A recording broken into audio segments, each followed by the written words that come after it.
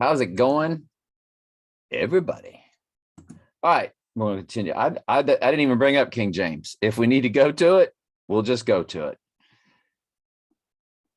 Jacob heard that there was still grain in Egypt because, remember, he's just telling the story. The reason why I don't have the King James pulled up is this is Stephen telling the complete story, basically, of the Old Testament, or the path to Jesus through God's chosen people.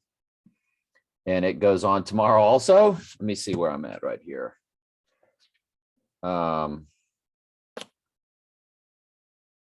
Yeah, hang on just a quick second. All the way to verse 53. And that's not even the end of the chapter, but then that leads into them being very upset. And there it is, the 153 code for the church. Love it. All the way to verse 53. All the way to 753. The story of the church told by Stephen. So, of course, it's a beautiful story. But to make it more, in writing, it's called legible, to make it more understandable, for it to have a better flow, I'm reading it in the New Living Translation. And the same with Daniel. Again, we're in Daniel 11, the king of the north, king of the south. And color coded it already. So they're both just going to be a New Living. They're not, I already know that there's nothing crazy that we're going to read that has anything to do with doctrine. Jacob heard that there was still grain in Egypt, so he sent his sons, our ancestors, to buy some. The second time they went, Joseph revealed his identity to his brothers, and they were introduced to Pharaoh. Then Joseph sent for his father Jacob and all his relatives to come to Egypt, 75 persons in all. So Jacob went to Egypt. He died there, as did our ancestors. Their bodies were taken to Shechem and buried in the tomb Abraham had bought for a certain price for Hamor's sons in Shechem. At the time drew near when God would fulfill his promise to Abraham, the number of our people in Egypt greatly increased. But then a new king came to the throne of Egypt who knew nothing about Joseph. This king exploited our people and oppressed them, forcing parents to abandon their newborn babies so they would die. At that time, Moses was born, a beautiful child in God's eyes. His parents cared for him at home for 3 months. Then they had to abandon him.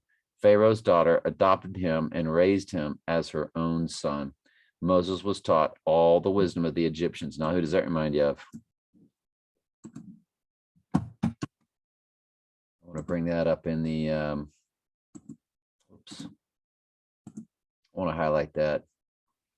Moses was taught all the wisdom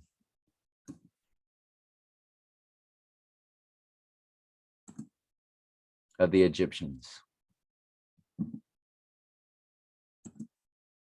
No, that's pagan stuff now. 722. Wasn't Daniel trained in all ways of the Chaldeans, the astrologers, and so forth? Yet he did not one miracle did he perform that had anything to do with their pagan world. It was of God. And Moses was learned.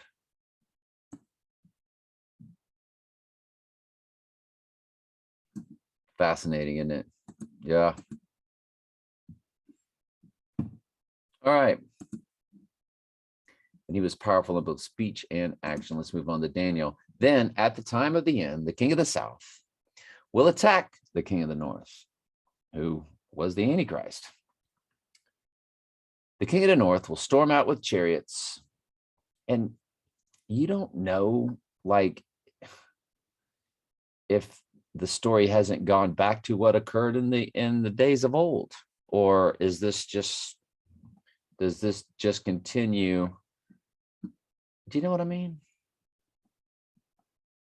Anyway, let's try not to read too much into Daniel 11.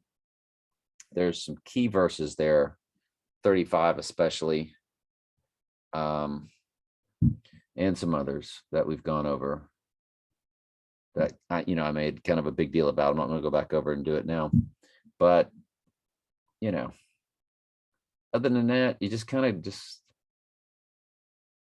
by reading it, and anytime you've got your eyes on God's word, it's edifying. Doesn't mean we have to understand every single thing of the Old Testament, especially these things that deal in prophecy. So at that time of the end, so I'm going to go ahead on and backtrack on everything I just said. This is about the Antichrist, because it says at the time of the end. So you don't know how much of it is figurative. Okay. The king of the south will attack the king of the north, who is the Antichrist. The king of the north will storm out with chariots and charioteers and a vast navy. He will invade various lands and sweep through them like a flood. He will enter the glorious land of Israel, and many nations will fall, but Moab and Edom and the best part of Ammon will escape. He will conquer many countries, and even Egypt will not escape.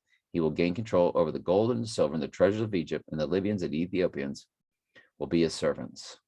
But then news from the east and the north will alarm him, and he will set out in great anger to destroy and obliterate many who can make war with the beast. That's all I can tell you. He will stop between the glorious holy mountain and the sea and will pitch his royal tents.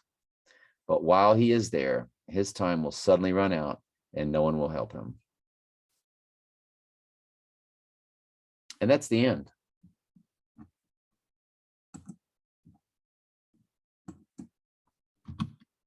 That's just how it ends.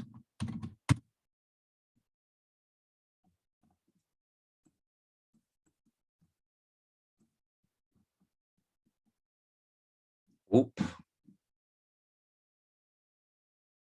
Yeah, I was thinking 44, but there's verse 45 there. I'm sorry, I was thinking 44, and I was like, nope, there's one more, 45, but we read it. I didn't see it. And he shall plant the tabernacles of his palace between the seas and the glorious holy mountain. Yet he shall come to his end, and none shall help him. I don't know, the end. It's like today just ended at midnight. All right. Love y'all very much. Ask questions anytime. That's what I'm here for.